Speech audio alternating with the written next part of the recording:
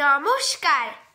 প্রজাতন্ত্র দিবস উপলক্ষে কবি বীরেন্দ্র চট্টোপাধ্যায়ের লেখা একটি কবিতা জন্মভূমি আজ। একবার মাটির দিকে তাকাও, একবার মানুষের দিকে।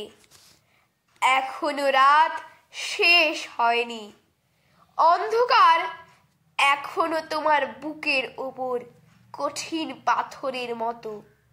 তুমি নিঃশ্বাস নিতে পারছো না।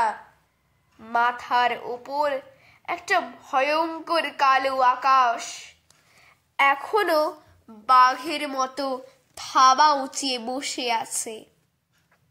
তুমি যেভাবে পারো এই পাথরটাকে সরিয়ে দাও আর আকাশের ভয়ঙ্করকে শান্ত গলায় এই কথাটা জানিয়ে দাও, তুমি ভয় পাওনি। মাটি তো আগুনের মতো হবেই যদি তুমি ফসল ফলাতে না জানো, যদি তুমি বৃষ্টি আনার মন্ত্র ভুলে যাও।